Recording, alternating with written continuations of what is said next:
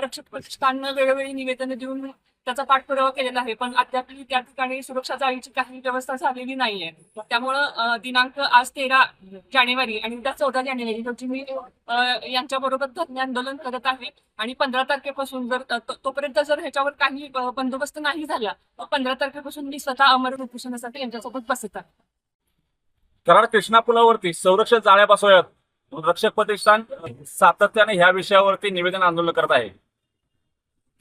संरक्षण जाळ्या न बसवल्यामुळं गेल्या 6 महिन्यात कंटिन्यू तिथून आत्महत्या होत आहेत.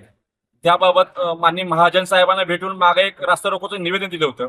त्यावेळी 43 लाखाचं अंदाजपत्र तयार केलं, ते त्यांनी वृत्ती पाठवलं. त्यानंतर स्वतः महाराजांना भेटून ह्या सगळ्या परिस्थितीचं सांगितलं की कसा कराडचा कृष्णापूर सुसाईड पॉईंट ठरत चाललेला आहे.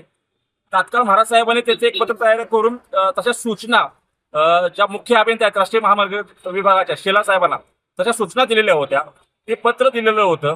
तरीही सुद्धा आजपर्यंत सुद्धा राष्ट्रीय महामार्ग विभाग टाळाटाळ करत आहे. याबाबतचं निवेदन आम्ही 7 तारखेला माननीय महाजन साहेबांना दिलं, कार्यकारी अभियंता. त्यांना दिले की 13/1/2026 पर्यंत ह्या प्रश्नाचा निकाल नाही लावला तर आम्ही आमरण उपोषण करू. आजपासून उपोषण चालू केलेलं आहे. मी राष्ट्रीय महामार्ग अधिकाऱ्यांना एकच सांगतो इच्छितो, त्याच्यामध्ये ज्याच्या घरातला जीव जातो त्याला त्याची किंमत कळत असते. तुम्ही एसीत बसून तुम्हाला कळणार नाहीये.